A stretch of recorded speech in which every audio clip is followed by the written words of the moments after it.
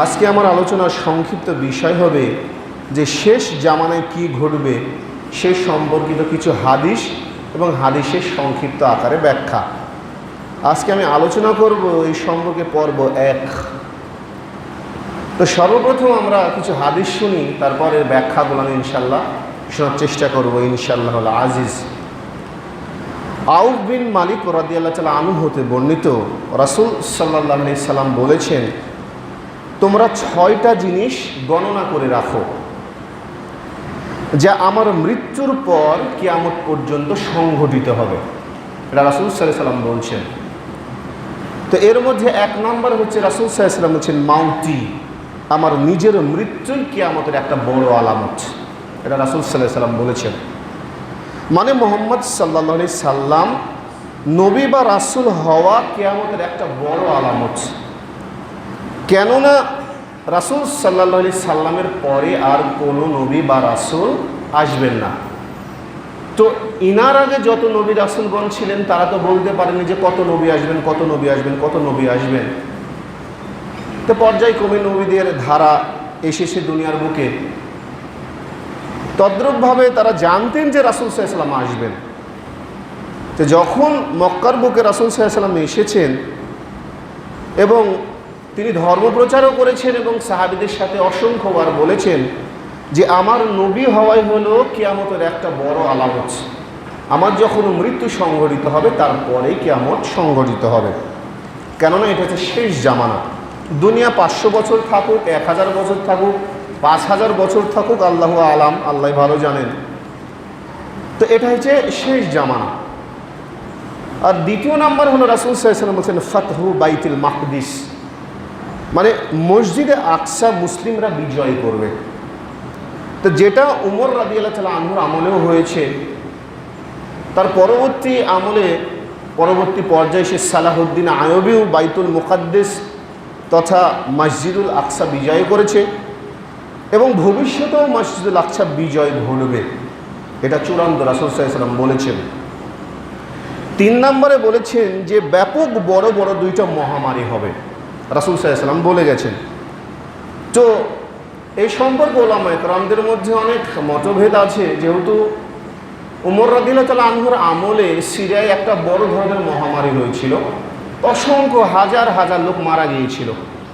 এর পরবর্তী পর্যায়ে অনেক মহামারী হয়েছে। আপনারা জানেন সাম্প্রতিক কিছু বছর আগে করোনা ভাইরাস, এটাও একটা বড় ধরনের মহামারী।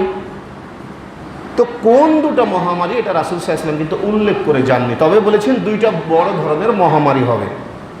কেননা এই সময়টা উল্লেখ করা যায় না, আল্লাহ রাব্বুল আলামিন এটা বলেও যাননি।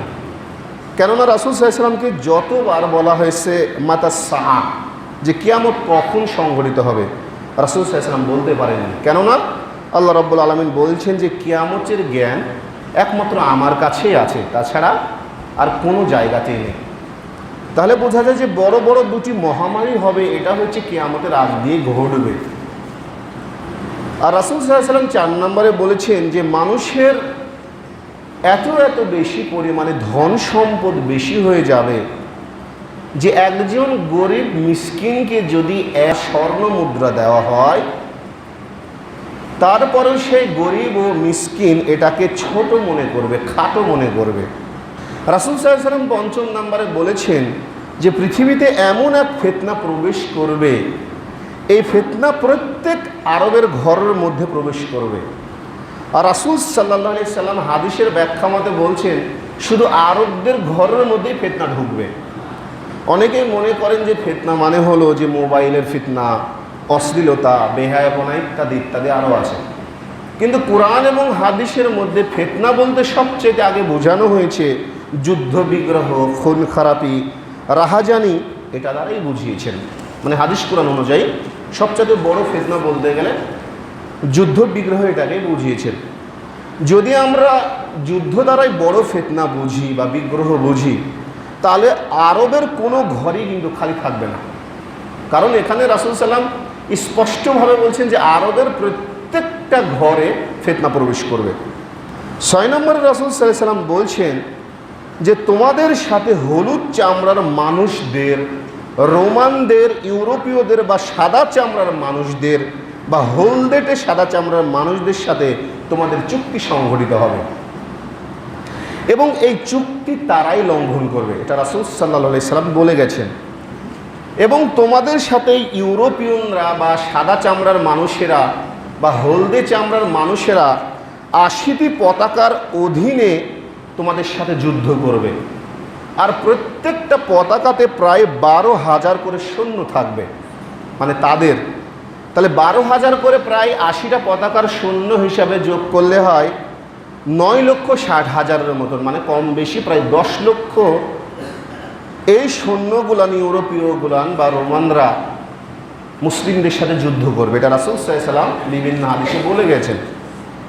আরেক হাদিসে রাসূল সাল্লাল্লাহু আলাইহি সাল্লাম এভাবে বলেছেন, যে হাদিসের আরেকটা ব্যাখ্যা, যে তোমরা এমন একটা শহরের কথা জানো যে শহরের এক পাশ সমতল এবং আরেক পাশ সাগর আছে। তো সাহাবীরা বলছেন যে রাসূলুল্লাহ সাল্লাল্লাহু আলাইহি সাল্লাম আমরা জানি এই শহরের কথা। রাসূল সাল্লাল্লাহু আলাইহি সাল্লাম আবারও বলছেন আরেকটা হাদিসের ব্যাখ্যা, ততদিন পর্যন্ত কিয়ামত সংঘটিত হবে না যতদিন পর্যন্ত না ঈসা আলাইহিস সালামের বংশের ৭০,০০০ মানুষ এই শহরে যুদ্ধ না করছে।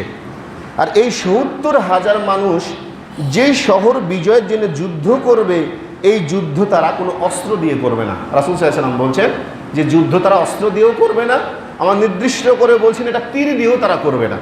তারা প্রশ্ন তো থাকে যে কী দিয়ে যুদ্ধ করবে? রাসূল সাল্লাল্লাহু আলাইহি সাল্লাম বলছেন এরা যুদ্ধ করবে মুখের আওয়াজ দিয়ে। যখন তারা সর্বপ্রথম ওই শহরের মধ্যে প্রবেশ করবে তখন তারা বলবে লা ইলাহা ইল্লাল্লাহ আল্লাহু আকবার। তখন ওই শহরের যে কথা বলা হয়েছে, প্রথম যে দেয়ালটা থাকবে ওটা ভেঙে পড়বে। দ্বিতীয়বার আবার মুসলিমরা মুজাহিদরা আবারও ওই শহরের দ্বিতীয় যে প্রাচীর আছে ওখানে গিয়ে আবারও বলবে লা ইলাহা ইল্লাল্লাহ আল্লাহু আকবার। ওই দ্বিতীয় দেওয়ালটাও ভেঙে যাবে। তারপরে মুজাহিদরা আবার সামনে দেখবেন একটা তৃতীয় দেওয়াল আছে, ওখানে গিয়েও আবারও বলবেন লা ইলাহা ইল্লাল্লাহ আল্লাহু আকবার। তখন তৃতীয় দেওয়ালটাও ভেঙে যাবে। তখন মুজাহিদরা বিজয়ের বেশে ওই শহরের মধ্যে প্রবেশ করবেন এবং গনিমতের মাল বন্টন করতে লাগবেন। তো এমন সময় একটা আওয়াজ হবে যে দাজ্জাল তোমাদের বাড়ি ঘরের মধ্যে প্রবেশ করে গেছে। তখন তাদের মালগুলো ওই মুজাহিদরা তাড়াতাড়ি রেখে দিয়ে ওই দাজ্জালের খোঁজে তারা বাহির হবেন। এটা একটা হাদিস, কিন্তু হাদিসগুলান বলছে, ব্যাখ্যা আমি পরে বলবো। রাসূল সাল্লাল্লাহু আলাইহি ওয়াসাল্লাম আরেক হাদিসে বলেছেন যে আবু হুরায়রা রাদিয়াল্লাহু তাআলা আনহু হতে বর্ণিত, রাসূল সাল্লাল্লাহু আলাইহি ওয়াসাল্লাম বলেছেন ততদিন পর্যন্ত কিয়ামত হবে না যতদিন পর্যন্ত না রোমানরা বা ইউরোপীয়রা আমাক এবং দাবেক জায়গায় একত্রিত না হয়ে তোমাদের বিরুদ্ধে যুদ্ধ করবে। বর্তমানে আমাক এবং দাবেক নামক স্থান, যেটা সিরিয়া এবং তুরস্কের সীমান্তবর্তী কিন্তু একটা অঞ্চল এখনও আছে, ওই সীমান্তবর্তী অঞ্চল নাম আমাক এবং দাবেক। তো সেই দিন মদিনা থেকে বের হবে সেনাবাহিনী এবং তারা তৎকালীন যুগে শ্রেষ্ঠ মানুষ হবে। সেই সেনাবাহিনীগুলো তৎকালীন যুগে শ্রেষ্ঠ সেনাবাহিনী হবে। মদিনা থেকে আসা সর্বশ্রেষ্ঠ এই অশ্বারোহী বাহিনী মানরা এসে বলবে যে মদিনাবাসী তোমরা এখান থেকে সরে যাও, আমরা তোমাদের সাথে যুদ্ধ করতে চাই না, এই যে শাম বা সিরিয়াবাসী আছে এদের সাথে আমরা যুদ্ধ করব। তো তখন এই মদিনাবাসীগুলান বলবে যে এই শাম বা সিরিয়ার ভাইদের সাথে আমরা আছি, মুজাহিদ ভাইদেরকে আমরা ছেড়ে দেব না। তখন মুসলমানদের সাথে ব্যাপক আকারে এই যুদ্ধ সংঘটিত হবে। তো এই যুদ্ধের বর্ণনা আছে, রাসূল সাল্লাল্লাহু আলাইহি ওয়াসাল্লাম বলছেন মুসলমানরা 3টা ভাগে ভাগ হবে। একদল মুসলমানরা এই যুদ্ধের সময় পালিয়ে যাবে, ওখান থেকে একদম পলায়ন করবে। রাসূল সাল্লাল্লাহু আলাইহি ওয়াসাল্লাম বলছেন যে এরা যদি পালিয়ে যায়, আপনারা অনেকেই জানেন যে যুদ্ধের ময়দান থেকে পালিয়ে আসা একটা কাবিরা গুনাহের মধ্যে অন্যতম। তো বলছেন যে এই লোকদেরকে আল্লাহ রাব্বুল আলামিন কোনোদিন আর ক্ষমা করবেন না, কোনোদিন না, সারা জীবন যদি তওবা করে ক্ষমা করবেন না। আর বলছেন যে আরেক ভাগ মুসলিমরা এই যুদ্ধে শহীদ হয়ে যাবে। রাসূল সাল্লাল্লাহু আলাইহি ওয়াসাল্লাম বলছেন এরা পৃথিবীর সর্বশ্রেষ্ঠ শহীদ, আফজালুশ শুহাদা ইনদাল্লাহ, মানে আল্লাহর নিকটে শ্রেষ্ঠতম শহীদ হবে এরা। আর আরেক ভাগ যারা মুসলিম থাকবে এরা যুদ্ধ করবে, যুদ্ধ করতে করতে এরা একসময় বিজয় লাভ করবে। আর এই 1/3 আর কোনোদিন ফিতনায়ও পতিত হবে না। রাসূল সাল্লাল্লাহু আলাইহি ওয়াসাল্লাম এটা বলছেন। কিয়ামতের আগ দিয়ে যে বিষয়গুলো সংঘটিত হবে এই সম্পর্কে আমি পর্ব 1 আলোচনা করছি। তো ওই 1/3 কুস্তুনতুনিয়া বিজয়ী করবে, যাকে ইংরেজিতে বলা হয় কনস্টান্টিনোপল।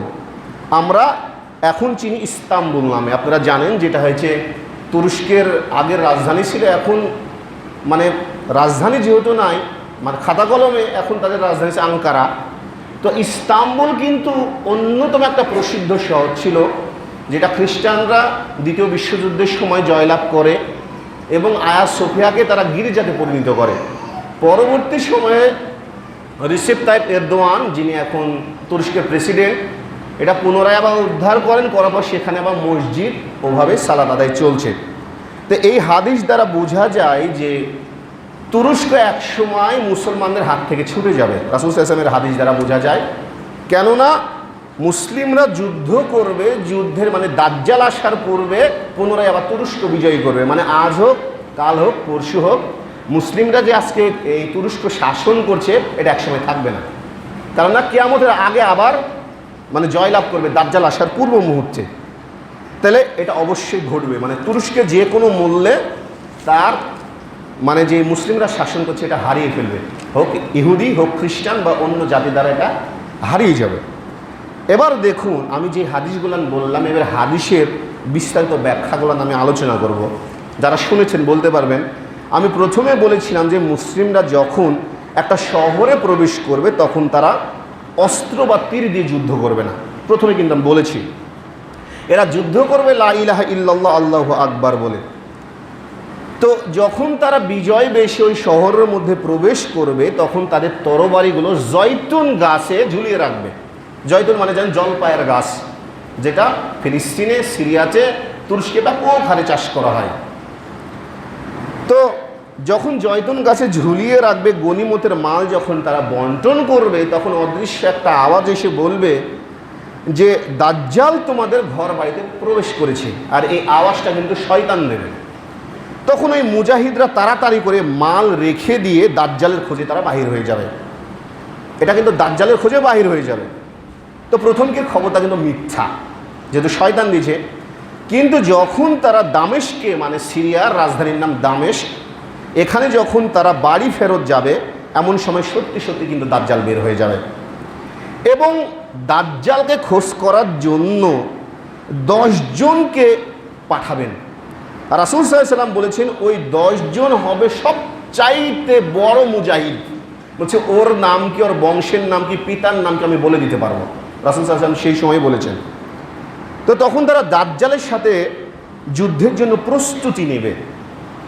তো প্রস্তুতি যখন নেবে এমন সময় তারা, হাদিসের বর্ণনা দেওয়া আছে যে দাজ্জালকে হত্যার জন্য যখন সিরিয়ার দামেস্কের যে শ্বেত পাথরের মসজিদ আছে বা সাদা পাথরের মসজিদ, ওখানে তারা কিছু হাদিসের বর্ণনা দেওয়া আছে ফজরের সালাতের সময় একামত শুরু হয়ে যাবে, মুজাহিদরা সারিবদ্ধভাবে কিন্তু দাঁড়াবেন। তো এমন সময় ঈসা আলাইহিস সালাম 2 জন ফেরেশতার কাঁধের উপর ভর করে আসমান থেকে নেমে আসবেন। আসার পরে দেখবেন যে মুসলিমরা সারিবদ্ধ হয়ে দাঁড়িয়ে আছে। তখন ইমাম মাহাদি বলবেন যে হে ঈসা ইবনে মারিয়াম, আপনি আসেন সালাত আদায় করান। তখন তিনি বলবেন না, আপনি করান।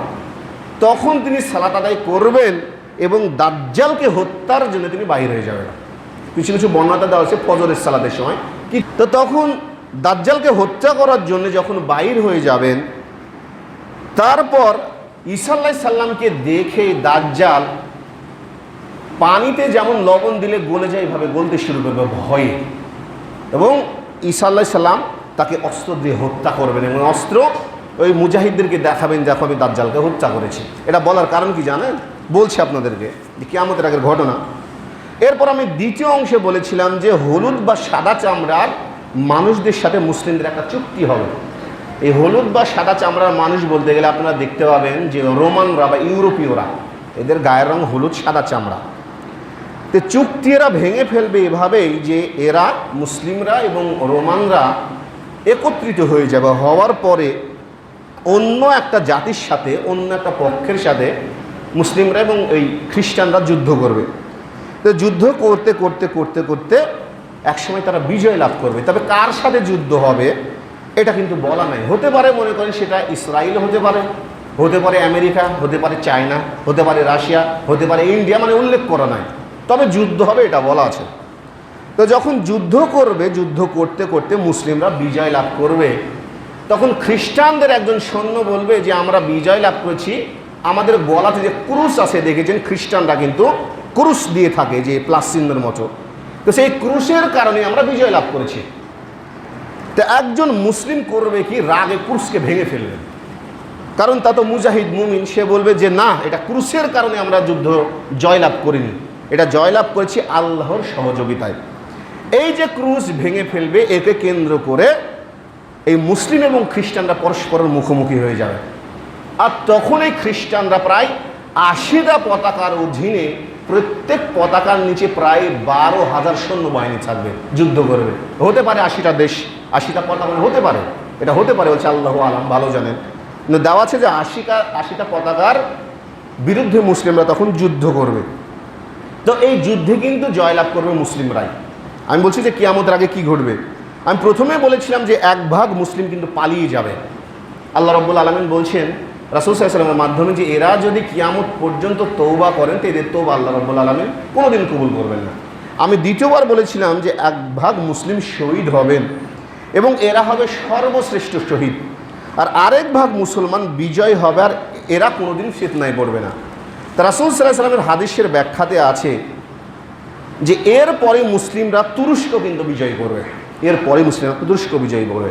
তো অন্য বর্ণনায় রাসূল সাল্লাল্লাহু আলাইহি ওয়াসাল্লাম বলেছেন এই যুদ্ধ এতটাই ভয়াবহ হবে যে 100 জনের মধ্যে 99 জনই মারা যাবে, যে 100 জনের মধ্যে 99 জনই মৃত্যুবরণ করবে। তো মানুষের মধ্যে যদি 99 জন মৃত্যুবরণ করে 100 জনের মধ্যে, তাহলে ভাবুন কতটা ভয়াবহ হবে যুদ্ধ। তো বর্ণনাতে দেওয়া আছে যে একটা পাখি যদি আকাশে 1 মাস পর্যন্ত উড়ে, তো লাশের সারি কিন্তু শেষ করতে পারবে না। একটা পাখি 1 মাস পর্যন্ত যদি উড়ে, উঠতে উঠতে লাশের সারি শেষ করতে পারবে না, শেষ পর্যন্ত ওই পচা লাশের গন্ধে ওই পাখি মারা যাবে, কারণ তার জন্য কোনো সেফ জোন নাই, নিরাপদ জায়গা নাই, মারা যাবে পাখি। তো তখন কিন্তু এই যে মানুষ গুটি কয়েক থাকবে, এর মধ্যে গনিমতের মালেও কেউ আর সন্তুষ্ট হবে না। এই যে একজন সন্তুষ্ট থাকবে, কেউ কোনো মানুষ কিন্তু ওয়ারিশ বন্টন করার মতো থাকবে না। এগুলো রাসূল সাল্লাল্লাহু আলাইহি ওয়াসাল্লাম সব বিভিন্ন হাদিসে বলেছেন। আর মুসলিমদের সেই সময় হেডকোয়ার্টার হবে যুদ্ধের সিরিয়ার রাজধানী দামেস্কের গোতা নামক স্থানে, মানে মুসলিমদের যে হেডকোয়ার্টার হবে যুদ্ধের, এটা কিন্তু সিরিয়ার ওই দামেস্ক শহরের গোতা নামক স্থানেই হবে। মানে এত ভয়াবহ যুদ্ধ হবে, যে যুদ্ধগুলো দেখছেন না, এটা কিন্তু সেই যুদ্ধ নয়, এই যুদ্ধগুলো নয়। বা কিয়ামতের আগ দিয়ে এটা ঘটবে, যখন দাজ্জাল আসবে তার পূর্বেই যুদ্ধগুলো সংঘটিত হবে। তারপর দেখুন যে হাদিসে আমি কিন্তু বলেছিলাম যে দাজ্জাল সম্পর্কে কিছু, যে শয়তান একটা ফাঁকা আওয়াজ দেবে যে দাজ্জাল বাইরে হয়ে গেছে। তো দাজ্জাল সম্পর্কে আমরা এখানে কিছু শুনি যখন আসবে, যে পৃথিবীতে দাজ্জাল তখনই আসবেন যখন দেখবেন যে চারিদিকে মুসলিমরা বিজয় লাভ করছে। চারিদিকে যখন দেখবে যে মুসলিমরা এই জায়গা সেই জায়গা, তুরস্ক, জেরুজালেম সব বিজয় করে নেবে, তখনই গাছেন দাজ্জাল আসবে, দুনিয়ার বুকে দাজ্জাল আসবে। কারণ দাজ্জাল আসবে ইহুদিদের পক্ষ হয়ে, এটা আপনারা জানেন। আর তার নাম কিন্তু মাসিহ দাজ্জাল, এটা দাজ্জাল। আর মুসলিমদের পক্ষে আসবে ঈসা মাসিহ, এটাও কিন্তু মাসিহ বলা হয়েছে, মানে ঈসা আলাইহিস সালামকে মাসিহ বলা হয়েছে, আবার দাজ্জালকে বলা হয়েছে মাসিহ দাজ্জাল। তো খ্রিস্টান এবং মুসলিমদের বিশ্বাস কিন্তু একই ধরনের, যে ঈসা আলাইহিস সালাম পুনরায় পৃথিবীতে আবার আসবেন। যদিও ইহুদিরা বিশ্বাস করেন যে ঈসা আলাইহিস সালামকে তারা হত্যা করেছেন, ইহুদিরা এটা বিশ্বাস করে যে ঈসা আলাইহিস সালামকে তারা হত্যা করে ফেলেছেন, এবং ঈসা আলাইহিস সালামের মা মরিয়ম ছিলেন জিনাকারিনী, নাউজুবিল্লাহ। এর পরিপ্রেক্ষিতে কিন্তু শত্রু হিসাবে ইহুদি আর খ্রিস্টানদের মধ্যে ঝামেলা হওয়ার কথা, কিন্তু তারা ঝামেলা কী কারণে করে না জানেন?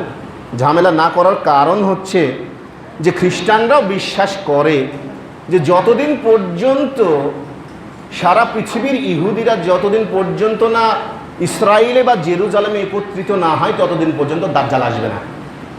আর খ্রিস্টানরা বিশ্বাস করে যে যতদিন পর্যন্ত ওরা একত্রিত না হচ্ছে, আমাদেরকে উদ্ধার করার জন্য ঈসা আলাইহিস সালামও দুনিয়ার বুকে আসবেন না, যার কারণে তারা তাদেরকে দেখবেন সবসময় সহযোগিতা করে। আর আরেকটা কারণে সহযোগিতা তারা করে, এটা আপনারা জানেন অনেকেই, যে রাজনৈতিক, আর্থিক এবং প্রযুক্তির জন্য, বিশেষ করে প্রযুক্তির জন্য এরা ইসরায়েলকে বেশি সহযোগিতা করে। এক কথাতে বলতে পারেন যে মার্কিন যুক্তরাষ্ট্র ইসরায়েলের গোলাম। আজকে যদি বেনিয়ামিন নেতানিয়াহু বলেন যে এখনই আপনাকে হামলা করতে হবে, এখনই ট্রাম্প হামলা করবে। কারণ তাদের কাছে এমন এমন নথি আছে, এরা তীক্ষ্ণ বুদ্ধি সম্পন্ন ইহুদিরা, 1 কোটি ইহুদি পৃথিবীর বুকে, আর এদের মাথার ব্রেন যে কতখানি আপনি চিন্তা করতে পারবেন না, এত ব্রেনিয়ান এরা। ওরা যেই জিনিস চিন্তা ভাবনা করি আমরা 100 বছর পর পাই, ওরা 100 বছর আগে ওটা ব্যবহার করে। এই যে দেখবেন কম্পিউটার আবিষ্কার, প্রসেসর আবিষ্কার, ন্যাশনাল জিওগ্রাফি যে চ্যানেলগুলো আছে, তারপর প্রথম কফি, তারপর প্রথম দেখবেন ইঞ্জেকশনের সিরিঞ্জ, তারপর এসে মাদারবোর্ড, যা কিছু আছে দেখবেন।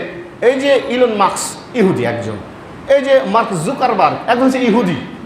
এদের যে মাথার কি ব্রেন, মানে ওরা সময় নষ্ট করে না। ওরা জানে যে কিয়ামতের আগ দিয়ে আমরা মুসলিমদের কাছে ধ্বংস হব, তারা যে কোনো মূল্যে চেষ্টা করে মুসলিমকে হত্যা করা। ওরা মনে করে যে ওরা আল্লাহর পুত্র, পৃথিবীর যদি সবাইকে হত্যা করে ফেলে ওদের কোনো পাপ হবে না, এটা তাদের বিশ্বাস। এই জন্য নির্দ্বিধায় তারা হত্যা করে, নির্দ্বিধায়। তো মাসি মানে কি জানেন? মাসি মানে বিপদ থেকে উদ্ধারকারী। তো দাজ্জালের ক্ষেত্রেও মাসি ব্যবহার করা হয়েছে, যার কারণে তো ঈসা আলাইহিস সালামের ক্ষেত্রেও মাসি ব্যবহার করা হয়েছে। প্রথমে আসবে কিন্তু মাসির দাজ্জাল, কেননা ইহুদিরা যখন বিপদে থাকবে তখন কিন্তু দাজ্জাল আসবে পৃথিবীর মুখে। ইহুদিরা বিপদ নয়, মুসলিমরা যেখানে সেখানে বিজয় লাভ করবে, জেরুজালেম জয় করে ফেলবে, তুরস্ক জয় করে ফেলবে, পৃথিবীর এ প্রান্ত থেকে এ প্রান্ত জয় করে ফেলবে, তখন এই উদ্ধারকারী হিসেবে দাজ্জাল তাদের জন্য আসবে। তো দাজ্জাল যখন আসবেন তখন তো মুসলিমরা বিপদে থাকবে না, তখন মুসলিমদেরকে রক্ষা করার জন্য, উদ্ধার করার জন্য আসবেন হযরত ঈসা আলাইহিস সালাম। এটা হচ্ছে ঘটনা। তো দাজ্জালকে হত্যা করবেন ঈসা আলাইহিস সালামই কিন্তু। তো দাজ্জাল সম্পর্কিত একটা হাদিস আছে সংক্ষিপ্ত আকারে, সে তামিম আদ-দারি, যিনি খ্রিস্টান ছিলেন, যিনি দাজ্জালের সাথে সাক্ষাৎ করার পরে রাসূল সাল্লাল্লাহু আলাইহি সাল্লামের কাছে এসে ইসলাম কবুল করেন। তো এই সম্পর্কে একটা হাদিস বর্ণনা করা আছে, সংক্ষিপ্ত আকারে শুনুন। যে ফাতেমা বিনতে কাইস রাদিয়াল্লাহু তাআলা আনহা থেকে বর্ণিত, তিনি বলেন যে এক সালাতের পরে মুখে ঘোষণা হলো যে তোমরা সবাই বসে পড়ো, আল্লাহ রাসূল সাল্লাল্লাহু আলাইহি সাল্লাম তোমাদের সাথে কিছু কথা বলবেন। তারপর রাসূল সাল্লাল্লাহু আলাইহি সাল্লাম মেম্বারে দাঁড়ালেন, দাঁড়ানোর পরে বলছেন যে আমি তোমাদেরকে এমন একটা ঘটনা বলবো যা এর আগেও আমি তোমাদেরকে অনেকবার বলেছি, যেটা হচ্ছে তামিম আদ-দারের ঘটনা। তো ঘটনা এই যে সে তার নিজ গোত্র এবং অন্যান্য আরব গোত্রের 30 জন লোক নিয়ে নৌকায় একটা দীর্ঘ যাত্রা শুরু করলো। এই তামিম আদ-দারের যে ঘটনা, তো সমুদ্রে যখন তিনি যাত্রা করলো, হঠাৎ করে সমুদ্রের বুকে একটা বিশাল ঝড়। তো এই ঝড়ে 1 মাস যাবৎ তারা কিন্তু নৌকা কন্ট্রোল করতে পারে না। এদিক ওদিক ঝড়ের কারণে, তখন তো চলাফেরা করতো মানুষ চন্দ্র এবং তারকা দেখে, আপনারা জানেন। তো এই ঝড়ের কারণে 1 মাস যাবত এই জাহাজ এদিক ওদিক করতে করতে একটা দ্বীপে এসে ভিড়ল, ঝড় বৃষ্টির কারণে নিয়ন্ত্রণ হারিয়ে। তো তারা সেখানে নামার পরে একটা প্রাণীকে দেখতে পেল এবং তার অত্যাধিক গায়ে চুল। চুলের কারণে সামনে কোনটা পিছন কোনটা চেনা যায় না। তো তখন এই লোকগুলান বলছে যে তুমি ধ্বংস হও, তুমি একটা অদ্ভুত ভয়ানক প্রাণী, ধ্বংস হও। তখন ওই প্রাণীটা বলছে যে আমি হচ্ছি গোয়েন্দা। তখন বলছে যে তোমাদের জন্য ওইদিকে একটা লোক অপেক্ষা করছে দ্বীপের ভেতরে। তখন ভাবছে যে এই প্রাণীর কাছ থেকে তো বাঁচতে পারবো, যেহেতু একজন লোক অপেক্ষা করছে। তখন তারা তাড়াতাড়ি ওর কাছ থেকে বাঁচার জন্যে একটা ওই দ্বীপের মধ্যে প্রবেশ করে দেখছে যে একটা বিশাল আকারের একটা মানুষ, এমন বিকট আকারের দেহের যে এর আগে কোনোদিন এই রকম লোক তারা দেখেনি, যাকে বাঁধা আছে হাত এবং কাঁধের সাথে, এবং হাঁটু হাত কোনো এগুলো লোহার জিঞ্জির দ্বারা বাঁধা আছে ওই ব্যক্তির। তো আমরা তাকে জিজ্ঞাসা করলাম, তামিম আদ-দারি বলছেন যে তুমি কে? তখন সে বলছে আমি কে তোমরা তো জানবেই, আগে বলো যে তোমরা কে, কারা? তখন আমরা বললাম যে আমরা আরবের কিছু লোক ব্যবসার উদ্দেশ্যে নৌকা যাত্রা ভ্রমণ করেছিলাম। তো হঠাৎ অমুক অমুক এই ঘটনার মাধ্যমে ঝড়ে আমাদের নৌকাটা কন্ট্রোল হারিয়ে ফেলেছে, এই দ্বীপে এসে ভিড়েছে। তো সব ঘটনা তারা বলল। তখন ওই বিশাল দেহের এই বড় ব্যক্তি তাদেরকে বলছে তোমরা আমাকে কয়েকটা বিষয় বলো তো। তখন বলছে কি বিষয়ে বলবো? তো বলছে যে বাইসান খেজুর বাগানের কথা বলো আমাকে, যাকে ইংরেজিতে বলা হয় বাইটসিয়ান, আপনারা পাবেন। সে তাবারিয়া হ্রদ বা সমুদ্রের কথা আমাকে বলো। আর আইনে জুগার নামক ঝর্ণার কথা আমাকে বলো। ওই বিশাল দেহের লোক জিজ্ঞাসা করছে। তখন তারা বলছে যে এই বিষয়ে তুমি কি জানতে চাও, আমাকে স্পষ্টভাবে বলো তো আগে। এখন বলছে যে বাইসান খেজুর বাগানে কি এখনো প্রচুর পরিমাণে এই খেজুর হয়? তখন তারা বলছে যে হ্যাঁ, বাইসান খেজুর বাগানে এখনো সেই পরিমাণে খেজুর হয়, এত পরিমাণে খেজুর হয়, প্রচুর পরিমাণে। তো তারা বললেন যে হ্যাঁ। তখন ওই লোক আবার জিজ্ঞাসা করছে যে তাবারিয়া হ্রদে বা সমুদ্রে এখনো কি পানি আছে? আচ্ছা, এখনো ব্যাপক পরিমাণে পানি আছে তাবারিয়া হ্রদে। আর আইনে জুগার ঝর্ণার কথা আমাকে বলো। যখন বলছে ওখানে কি এখনো পানি আছে, তো বলছে যে হ্যাঁ, পানি আছে ব্যাপক পরিমাণে। তখন ওই বিশাল দেহের মানুষ বলছে যে অতি সত্বর ওই বাগানে কিন্তু আর খেজুর হবে না, অতি সত্বর ওই বাগানে কোনো খেজুর হবে না। আর তাবারিয়া যে হ্রদ আছে ওখানে অতি সত্বর পানি বলতে কিছুই থাকবে না, ও আইনে জুগার ঝর্ণার পানিও থাকবে না। আইনে জুগারকে যেগুলো যে স্প্রিং অফ জোয়ার বলা হয়, যেটা দেখবেন এই তিনটা স্থানই কিন্তু ইসরায়েলের মধ্যে অবস্থিত। ওই তিনটা জায়গায় ইসরায়েলের কম বেশি দূরত্বে ওই তিনটা জায়গায় অবস্থিত। আর এই যে আমরা যে বললাম যে অফ গ্যালিলি, আপনারা দেখবেন যে নেটে সার্চ দেবেন, দেখবেন সি অফ গ্যালিলি, তাহলে পাবেন। তো ওই জায়গা সম্পর্কে যখন বলল, আসলে ওই জায়গা এত গুরুত্বপূর্ণ কিসের কারণে জানেন? খ্রিস্টানরা মনে করেন যে তাবারিয়া হ্রদ এর আশেপাশে ঈসা আলাইহিস সালাম যত মুজিজা দেখিয়েছেন এই তাবারিয়া হ্রদের মানে কেন্দ্রকে মানে বিশেষ করে মুজিজা দেখিয়েছেন, বিশেষ করে মৃতকে জীবিত করা, কুষ্ঠরোগীকে ভালো করা। এটা তারা বিশ্বাস করেন যে তাবারিয়া হ্রদের ওখানে ঈসা আলাইহিস সালাম প্রত্যেকটা প্রায় মুজিজা দেখিয়েছিলেন। যার কারণে প্রতি বছর লক্ষ লক্ষ দেখবেন যে খ্রিস্টানরা ওই জেরুজালেম মানে ইসরায়েলে কিন্তু ঘুরতে যায়, লক্ষ লক্ষ। তো ওই বিশাল দেহ ব্যক্তি বলছে যে আমাকে অশিক্ষিত বা লিখতে পড়তে জানে এই নবী সম্পর্কে বলো, তার কি জন্ম হয়েছে? বলছে হ্যাঁ, আরবে জন্ম হয়েছে। জানেন তো যে রাসূল সাল্লাল্লাহু আলাইহি ওয়াসাল্লাম আমাদের লিখতেও জানতেন না, পড়তেও জানতেন না। তখন তিনি বলছেন যে তার কথা যদি মেনে নাও তোমাদের জন্য উত্তম হবে, তিনি হচ্ছে সত্য একজন নবী। এই সব কথা বলার পরে বলছে তুমি কি এখন বলো? তখন বলছে আমি হচ্ছি দাজ্জাল।